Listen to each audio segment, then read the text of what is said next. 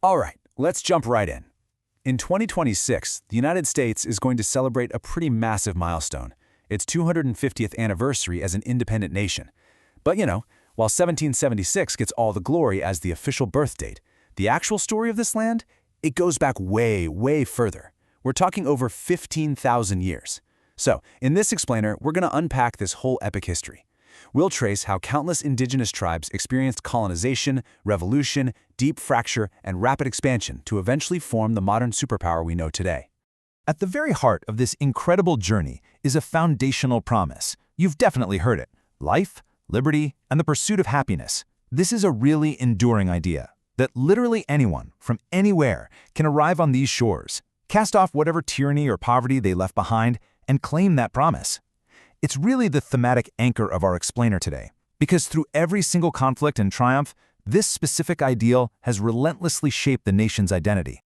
Okay, to make sense of such an immense history without getting totally lost, we've organized our roadmap into 6 logical chapters: First Peoples and New Worlds, Colonization to Revolution, Westward Expansion and Division, Civil War and Reconstruction, Industry and World Wars, and finally, the modern superpower. Let's dive in. Chapter 1: First Peoples and New Worlds. Now, the sheer scale of pre-Columbian history is honestly staggering. Somewhere between 15 and 20,000 years ago, hunter-gatherers crossed a Siberian land bridge, and by the time the ice sheets retreated around 10,000 years ago, these first Americans had basically filled every ecological niche. And we're not just talking small bands of nomads here. These were highly advanced civilizations. Long before any European ship showed up, you had places like the incredible city of Cahokia in the Mississippi River Valley. Around 1100 AD, it sustained up to 20,000 people. To put that in perspective, that actually made it larger than many major European cities at the time, including London. But of course, everything changed completely in 1492 when Christopher Columbus made landfall. Chapter 2: Colonization to Revolution. It's really fascinating to contrast the distinct survival paths of the early English colonies here. Take Jamestown in 1607. They barely survived starvation until they started planting a milder strain of tobacco. Now, this crop generated absolutely enormous wealth, but that intense demand for labor introduced America's original sin. It led directly to the arrival of the first documented enslaved Africans in 1619. On the flip side, you have Plymouth in 1620, founded by religious separatists. They also faced starvation, but they were saved by Native American alliances, people who actually taught them how to cultivate the local land, which sparked that famous first Thanksgiving. So you've got 2 radically different beginnings that really set the stage for a very complex nation. Fast forward a bit to 1750. In the 13 British colonies were booming, with over 1 million people. But all that expansion led to the French and Indian War, which left the British Crown in massive, massive debt. How do they pay it off? Heavy taxes on the colonies. And because the colonists had zero voice in Parliament, constitutional outrage just erupted. You know the phrase, no taxation without representation? Well, those tensions boiled right over into the Boston Massacre and the Boston Tea Party. And it ultimately broke in April 1775. That was the proverbial shot heard round the world, at Lexington and Concord, officially sparking an armed revolution. And that revolution culminated on July 4th, 1776. That's when delegates signed the Declaration of Independence, officially putting that grand promise of life, liberty, and the pursuit of happiness onto paper. It wasn't easy, though. The Continental Army, led by George Washington, had to gain some really hard-fought experience. But a critical victory at Saratoga actually brought the French in as allies. That was a total game-changer. It tipped the scales, leading straight to the decisive British surrender at Yorktown in 1781. Just like that, the new nation was sovereign, eventually ratifying its constitution and unanimously electing Washington as its very first president. Chapter 3: Westward Expansion and Division. America's growth absolutely exploded in 1803 with Thomas Jefferson's Louisiana Purchase, which literally doubled the nation's size overnight. Driven by this really potent dream of spanning the entire continent, the U.S. annexed Texas, acquired the Oregon Territory, and took vast tracts of land following the Mexican-American War. This massive expansionist drive kept pushing, eventually going all the way northwest. Get this, in 1867, Russia actually viewed its icy territory as a liability and sold Alaska to the United States for exactly $7.2 million. That breaks down to about 2 cents an acre. Unbelievable deal, right? However, we have to look at the devastating human cost of this manifest destiny. It revealed a really stark paradox between the nation's founding ideals of liberty and its grim reality. Under President Andrew Jackson, the Indian Removal Act of 1830 authorized the forced expulsion of Native American tribes right out of their homelands. The Cherokee, Creek, Chickasaw, and Seminole were forced to march to present-day Oklahoma. Thousands tragically died from disease and starvation along the way. And those ancestral lands they were violently removed from, they were immediately transformed into the Deep South's booming cotton empire, an economy that was entirely dependent on slave labor. And this brings us to the fundamental economic and moral division that was just pulling the young nation apart. You see, every single time a new territory was acquired, a fierce, bitter debate erupted over whether slavery would be permitted there. The northern states were becoming much more affluent, rapidly industrializing, and were largely anti-slavery. Conversely, the southern states were deeply agricultural and fiercely protective of their slave-produced plantation economy. This geographical divide was completely unsustainable. Chapter 4: Civil War and Reconstruction. The boiling point finally erupted right after the election of Abraham Lincoln in 1860, prompting Southern states to immediately secede. Over 4 brutal years, generals clashed using old 18th century tactics against devastatingly new industrialized weapons. The scale of the bloodshed is honestly hard to even comprehend.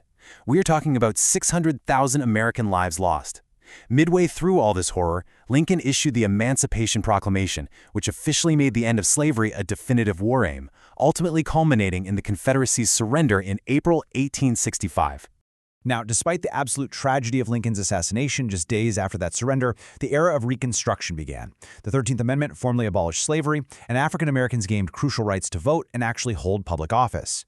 But this initial progress was met with severe, violent backlash. The Ku Klux Klan emerged specifically to orchestrate terror, and once federal troops eventually withdrew, Southern states rapidly constructed a system of intense racial segregation known as Jim Crow. They used poll taxes, literacy tests, and outright violence to suppress civil rights for the better part of the next century. Chapter 5: Industry and World Wars. Going into the early 20th century, the nation experienced some extreme whiplash. Following the First World War, America retreated into isolationism and just enjoyed the tremendous domestic prosperity of the Roaring '20s. I mean, mass production made cars affordable, pop culture exploded, even while Prohibition was busy fueling illicit mafia empires. But then, the bubble burst on Black Tuesday in 1929. The stock market crash wiped out billions in a flash, plunging the country into the Great Depression. Combine that with the devastating Dust Bowl, and unemployment skyrocketed to a staggering 25%. It literally took President Franklin D. Roosevelt's massive government intervention, his ambitious New Deal, to finally stabilize the nation. Even then, economic recovery was pretty slow. It was ultimately catalyzed by America's reluctant but highly decisive entries into global conflicts. Back in 1917, the U.S. had been pushed into World War I by German aggression.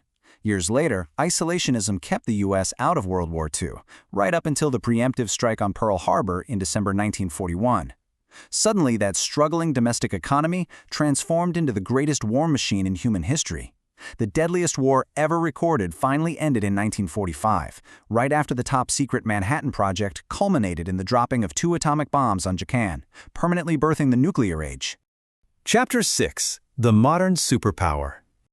The entire rest of the 20th century was basically defined by one massive ideological struggle: the Cold War. The United States emerged as a global superpower, leading the democratic West. They used the Marshall Plan to rebuild Europe and form the NATO alliance. But opposing them was the Soviet Union, leading the communist East with its own competing sphere of influence. To contain the spread of communism, the U.S. engaged in deadly proxy wars in places like Korea and Vietnam. And symbolically, this intense battle even extended all the way to the stars, culminating in the historic American Apollo 11 moon landing in 1969. Meanwhile, right back at home, a truly remarkable social change was taking place. A full century after the Civil War, Black Americans still faced rigid segregation. But, ignited in 1955 when Rosa Parks famously refused to give up her bus seat, the modern civil rights movement was born. Led by extraordinary figures like Martin Luther King Jr., the movement systematically exposed the violent, unjust nature of segregation. Their relentless efforts forced the passage of the landmark Civil Rights Act of 1964 and the Voting Rights Act of 1965. This finally pushed the nation closer to actually fulfilling that original founding promise of equality. Then, the geopolitical landscape shifted completely when the Cold War ended with the fall of the USSR in 1989. This left the U.S. as the undisputed global superpower, full of triumphalist confidence. However, the horrific attacks on September 11, 2001 cast a very long shadow, prompting a global war on terror that would go on to define foreign policy for the next 2 decades. Today, the nation boasts a staggering population of about 340 million people, stretching across a massive, diverse landmass from the Alaskan tundra all the way to the Hawaiian reefs. So, through migration and colonization, through revolution, fracture, and massive expansion, the United States has been irreversibly shaped by its past. But after 250 years of conflict, innovation, and struggle, what will the next chapter of the American idea actually look like? How will that ongoing pursuit of life, liberty, and happiness continue to shape the nation's future? Keep that question in mind as you reflect on the immense history we've just uncovered. Thank you so much for joining me on this explainer, and as always, keep learning.